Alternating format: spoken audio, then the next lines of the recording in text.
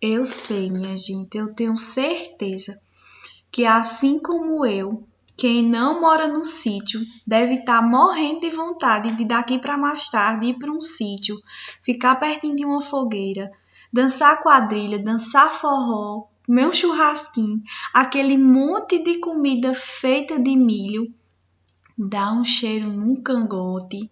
Mas como esse ano não é possível aglomerar para a gente curtir essa festa que tanto nos representa, que tanto a gente gosta, mas que a gente saiba aproveitar ela em casa mesmo, perto daquelas pessoas que a gente tanto gosta. Eu tenho certeza que ano que vem vai precisar do mês de junho inteiro para descontar tudo que a gente tá sofrendo esse ano, viu? Porque não é fácil não, nordestino sem comemorar o São João como a gente está acostumado.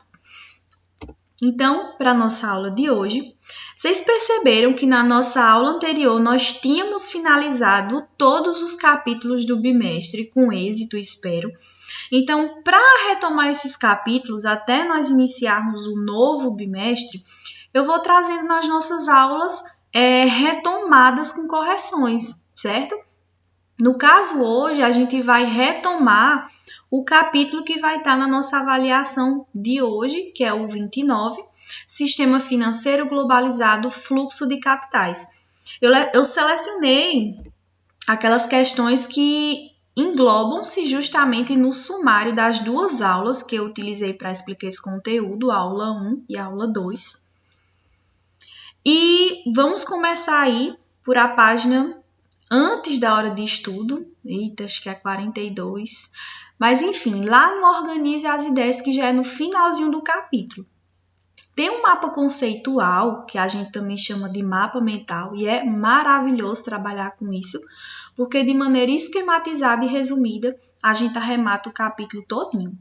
Então, perceba você como os mercados financeiros globais, eles são integrados. Na verdade, a palavra integração, ela é uma característica da globalização, onde as bolsas de valores estão conectadas aos diferentes tipos de capitais, aos paraísos fiscais. O capital aqui que eu estou falando de dinheiro é também quem pode causar crises econômicas ou ainda sanar dívidas externas. E associados a essas duas últimas, tem as instituições financeiras mundiais. Não vou nem me atentar, poderia resumir perfeitamente esse capítulo inteiro só por esse infográfico, mas a gente vai debater algumas questões. Entre elas, a primeira, da seção Organize as Ideias, que diz o seguinte: qual é o papel desempenhado pelo capital especulativo nas transações que envolvem as bolsas de valores? E como ele se relaciona às crises econômicas que o mundo vem enfrentando nas últimas décadas. Então, lembre você que quando eu falar aqui em capital, eu não estou me referindo a uma grande cidade. Eu estou me referindo a dinheiro, a investimentos, a mercadoria. E esse capital especulativo é justamente aquele que está associado às bolsas de valores, porque é aquele investimento que o lucro é imediato, tá? Diferente do capital produtivo, que é aquele no investimento para uma produção. Até dei o exemplo da fábrica de cadeiras, aquele que o lucro vem a médio ou longo prazo. Eu investi em maquinários, investi em matéria-prima e até esse retorno vier, chegar demora um pouquinho. Então, falei de bolsa de valores, falei de capital especulativo, certo? Então, qual a relação deles com as crises econômicas? Porque é um mercado super volátil, está à mercê de qualquer instabilidade que ocorra nesse país, como, por exemplo, uma crise política, tá? Então, pode gerar riscos, ok? A segunda questão diz o seguinte: até que ponto o volume de dinheiro armazenado em paraísos fiscais pode constituir uma ferramenta para a diminuição das desigualdades socioeconômicas mundiais? Então, vamos revisar primeiro o que é um paraíso fiscal, né? É aquele país, é aquele território em que há bancos que recebem dinheiro estrangeiro cobrando baixíssimos ou nenhuma taxa de juros. Fora essa vantagem, e lembrando, paraíso fiscal é uma prática legal. Os países podem e devem atrair investidores usando essa técnica, né? Essa estratégia. Sem falar também que esses bancos, eles oferecem o mínimo de informações possíveis para o país originário desse dinheiro. E aí moram dos problemas. É muito comum que nesses paraísos fiscais haja dinheiro de origem lícita. E os países de origem desse dinheiro que deixam de armazenar nos seus próprios bancos, né, acabam deixando também de arrecadar impostos para investir em áreas sociais, né? Em áreas de políticas públicas. Então, acaba que os paraísos fiscais concentram mais ainda a renda e amplia ainda mais as desigualdades socioeconômicas, ok? Essa charge aí eu até trouxe para vocês na explanação desse conteúdo, não sei se vocês vão lembrar. Agora, por que é que eu não vou explanar com vocês a terceira questão da seção Organize as Ideias? Porque ela se assemelha muito a duas questões da hora de estudo, tá? Começando aqui pela questão 1. O que são as condicionalidades impostas pelo FMI e pelo Banco Mundial? Então, essas duas organizações ou organismos internacionais impõem uma série de regras para quem precisar dos seus empréstimos. Não é só precisar pedir e receber, não. Tem uma série de regras que o país tem que seguir para poder receber essa ajuda, tá? Quanto às controvérsias, dentre tantas, a pior de todas é que quem detém um poder muito grande de detenção, de voto, de veto, inclusive, sobre esses organismos, são os países mais ricos, são os países mais desenvolvidos, certo? Na nossa questão 2 da hora de estudo, do capítulo 29, diz o seguinte: como se avalia a capitalização de uma bolsa de valores? Quando tratamos desse assunto, trabalhamos com essa tabela, que traz as bolsas de valores mais importantes, as 10 mais importantes. Então, capitalização de uma bolsa de valores nada mais é que a soma de tudo que ela comercializa. Quanto mais vende títulos, quanto mais vende ações, mais capitalizada será essa bolsa, tá certo? Nossa terceira questão: por que o volume total da dívida externa de um país não é uma referência segura para sua condição sua condição econômica? Você pode já estranhar essa pergunta, porque é tendencioso a gente achar que aquele país que tem uma determinada dívida externa, apesar que quase todos possuem, mas é tendencioso que a gente ache que esse país está no fundo do poço, mas não é assim que acontece. Nós precisamos inicialmente fazer uma comparação. Será se essa dívida externa é superior ao PIB desse país? Será também se o que esse país arrecada com as exportações não daria para sanar, para quitar parte dessa dívida? Não sei se tu lembras, mas olhando para essa tabela dos países com maior dívida externa, erros técnicos, colocar aqui o carregador do computador, peraí, viu, minha gente?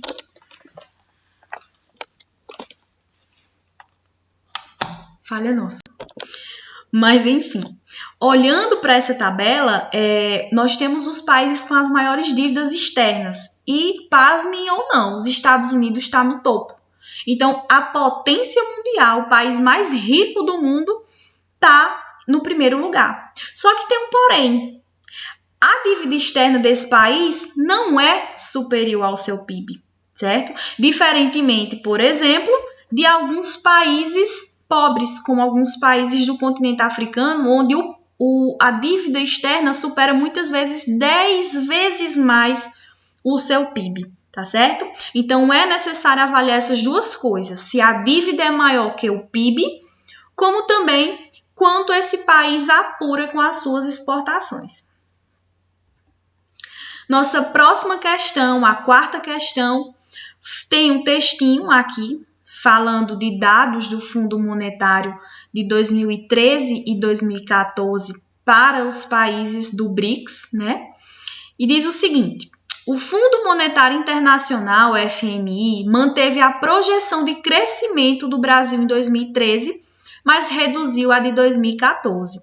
Se o crescimento de 2,5% se confirmar em 2014, essa será a menor alta entre os emergentes.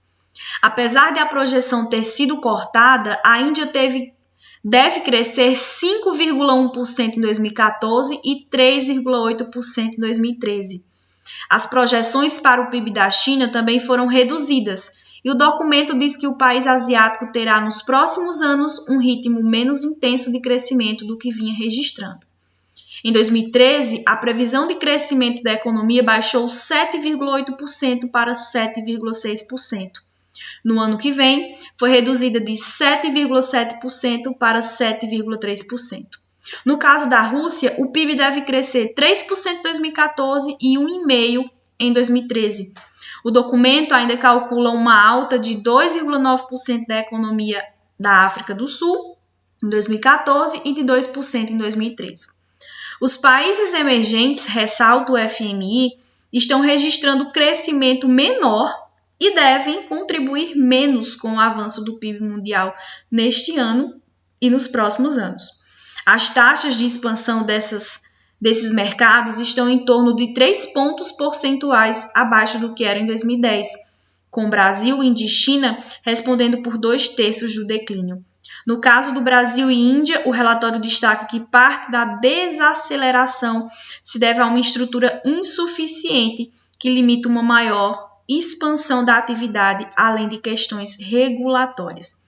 Então, de acordo com o texto, podemos afirmar que os países emergentes apresentarão as menores taxas de crescimento econômico entre os países industrializados? Pode até ser que sim, mas veja que o texto fala de um número reduzido de países emergentes que se resumem ao BRICS. B. O grupo do BRICS terá uma expansão econômica mesmo que em menor nível que o previsto, mas ajudará o crescimento da economia mundial. C. A China será o país com menor crescimento da Ásia, uma vez que o Japão e a Índia estão entre os maiores PIBs do mundo. Não, pessoal, Índia não está entre os tantos maiores PIBs, né? E lembrando que aqui o assunto é BRICS, Japão não faz parte desse grupo, apesar de ser a terceira potência.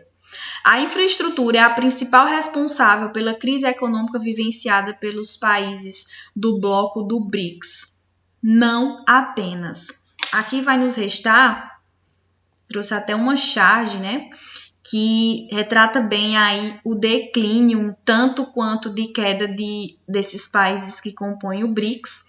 Mas a alternativa aqui que nos arremete ao texto é a letra B. Porque sim, teve um declínio de ambos os países, mas nem por isso vão deixar de ajudar o crescimento da economia mundial.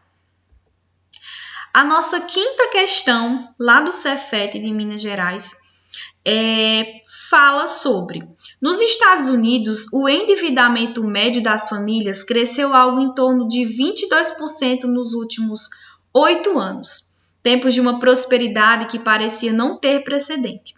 A soma total das aquisições com cartões de crédito não ressarcidas cresceu 15%. E a dívida, talvez ainda mais perigosa, dos estudantes universitários, futura elite política, econômica e espiritual da nação, dobrou de tamanho. O texto apresenta uma realidade vivenciada pelas sociedades ocidentais na atual etapa do capitalismo globalizado.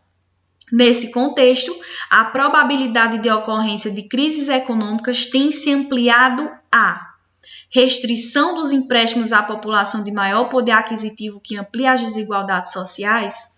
Pelo contrário, a questão dos empréstimos tem se ampliado a diversas classes. Esgotamento do modelo consumista que inviabiliza o aumento da produção de países desenvolvidos. O modelo consumista ele não é esgotado, pelo contrário, ele é disseminado sempre. C. esvaziamento do papel normatizador do Estado, que desloca sua atuação para o setor produtivo. Aqui falar que o Estado está deslocando sua atuação para o setor produtivo não se adequa ao que a gente chama de globalização. Falei para vocês em aulas anteriores que uma das características desse processo é o neoliberalismo, onde se tem o mínimo possível de atuação dos estados no setor produtivo. D.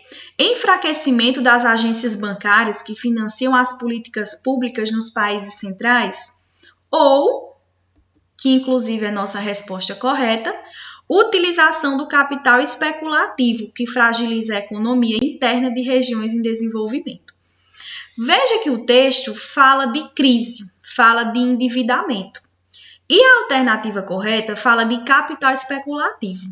Capital especulativo é aquele que eu comentei com você que está associado à Bolsa de Valores e que é o mais volátil, é o que está mais à mercê de crises ou de qualquer contratempo que possa desestabilizar de uma hora para outra o mercado financeiro de um país ou até de vários países, tá?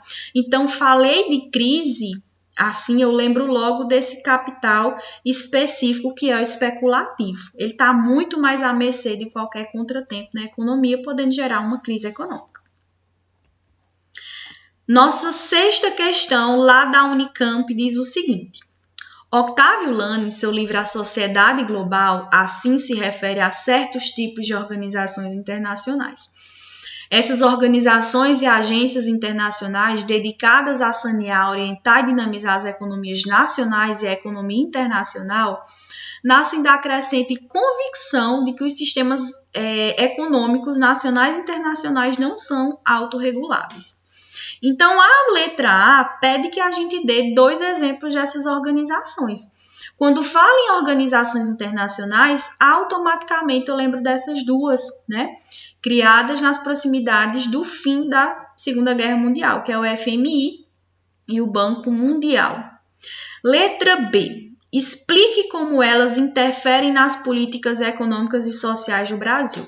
Então, apesar da nossa questão pedir algo mais específico para o caso do nosso país, mas a forma que essas instituições ou organismos internacionais interferem na economia brasileira, elas também interferem nos demais países. Aquela mesma historinha que a gente discutiu na nossa primeira questão da hora de estudo, também da hora de estudo, né? Essas instituições impõem uma série de regras, de medidas para esses países acatarem. É como se fosse uma obrigatoriedade, né? Uma espécie de chantagem emocional. Até brinquei com vocês, uma chantagem financeira. Eu te empresto, mas tu tem que fazer assim. E esse assim caracteriza como uma série de cortes de gastos desse país. Já que esse país está endividado ou precisa pagar uma dívida, ele precisa economizar, precisa organizar as suas finanças. E esse corte de gastos, muitas vezes, acaba indo logo para os setores que vão acometer as populações mais carentes, como a geração de empregos, investimento em políticas públicas, saúde, educação. Por isso, muitos países, muitas populações de países acabam se rebelando frente a essas políticas implantadas por esses organismos internacionais, também chamadas de políticas de austeridade, que inclusive é o tema da nossa sétima questão. Então, milhões fazem greve contra medidas de austeridade e anticrise na Europa. Policiais e manifestantes entraram em confronto nesta quarta-feira na Espanha, em Portugal e na Itália, num dia em que milhões de pessoas faziam greve para protestar contra as medidas de austeridade dos governos europeus contra a crise econômica na região. As lideranças sindicais dos dois países argumentam que as medidas de austeridade que os governos adotaram para tentar superar a crise apenas provocaram mais pobreza e aprofundaram os problemas da região. Milhões de pessoas aderiram às greves nos países. Na Espanha, pelo menos 60 pessoas foram detidas e 34 ficaram feridas em confrontos, segundo o Ministério do Interior. Sindicatos da Grécia, Itália, França e Bélgica também planejaram paralisações ou manifestações como parte do Dia Europeu de Ação e Solidariedade. Então, o que é que o comando da nossa questão pede? A crise econômica e financeira deflagrada em 2008 produziu enormes efeitos sobre os sindicatos, sobre os sistemas políticos nacionais e internacionais. Países como Grécia e Portugal estão sob intervenção da chamada Troika, formada pelo Fundo Monetário Internacional e pelo Banco Central Europeu, e pela Comissão Europeia, que obriga os governos a implementarem uma série de programas de ajustes com vistas ao pagamento de suas dívidas.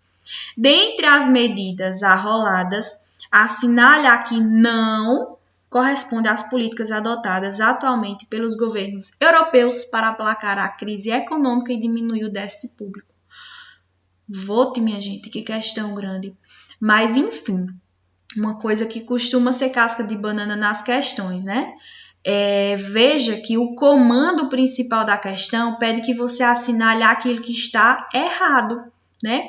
Aquilo que não se refere às políticas de austeridade. Então, letra A, criação de mecanismos rígidos de regulação e controle das instituições bancárias de modo a impedir a especulação financeira, demissões em massa de funcionários públicos ou redução do seu salário, reforma fiscal e tributária que visa introduzir ou aumentar impostos, cortes de gastos orçamentários destinados às áreas sociais como educação, saúde, previdência social e cultura, ou resgate de instituições financeiras e pagamento de credores internacionais como recursos públicos. Só uma ressalva ao que eu disse logo mais. A questão, né, pede para marcarmos aquilo que não corresponde às políticas adotadas, né? Vamos aqui olhar. Letra A. Todas as demais alternativas correspondem àquilo que as políticas de austeridade costumam cobrar.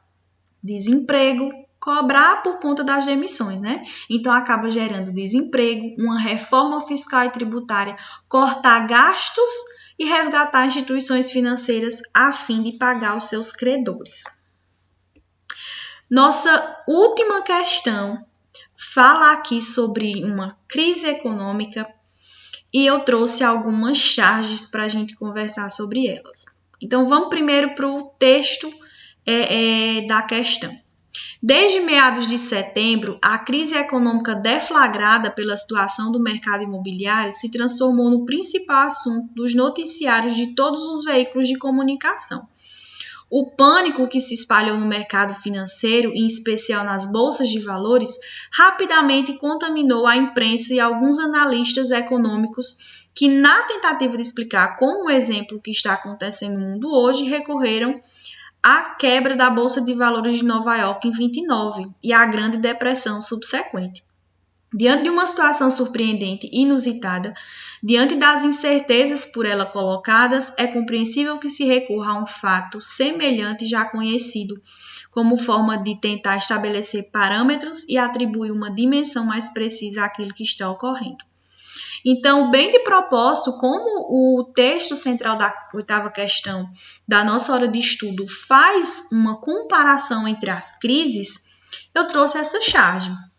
Na crise de 29, uma das piores, né, antes da de 2008, um dos fatos é que o desespero de quem foi mais prejudicado por essa crise, muitas pessoas provocaram um suicídio, se jogaram de prédios, que é o que mostra o lado esquerdo da charge. Já o lado direito, que trata da crise de 2008, se você observar, não é uma pessoa que se joga, é ela que joga outras pessoas. Essa comparação é para afirmar que, enquanto na crise de 29, grupos específicos bancários, por exemplo, grandes empresários foram atingidos de modo bem particular, na crise de 2008, várias pessoas que nem eram envolvidas nessa crise de maneira direta foram atingidas, como, por exemplo, aquelas que perderam seus empregos, devido à crise financeira passaram a não ter possibilidade de quitar as suas dívidas, até porque Apesar de 29 já se viver a globalização, mas esse processo se mostra de maneira mais assídua mais nessa última crise que foi a de 2008, né? E quando eu falo em globalização, eu falo em conexão de países, como mostra essa charge abaixo do efeito dominó da crise. Então, inclusive quem não está associado a ela diretamente acaba sendo atingido. Então, o que é que o comando da questão diz? A crise econômica deflagrada pelo setor imobiliário teve origem em? Então, é uma questão de nível fácil e essas duas crises tão faladas, tão importantes, tanto nas aulas de geografia quanto nas aulas de história, aconteceram nos Estados Unidos, porém não ficaram restritas apenas a esse país, né? Mas surgiram nele, ok? Então, por hoje é só. Espero que hoje tenha sido uma aula produtiva, né? Foi uma espécie de revisão, vai servir bastante para a nossa prova de mais tarde, se você está assistindo essa aula antes da prova. E fique bem, fique em casa, não tem atividades, já que é revisão. Qualquer dúvida, me procurem aí pelas mídias sociais. E um cheiro, tenha uma noite abençoada aí no São João.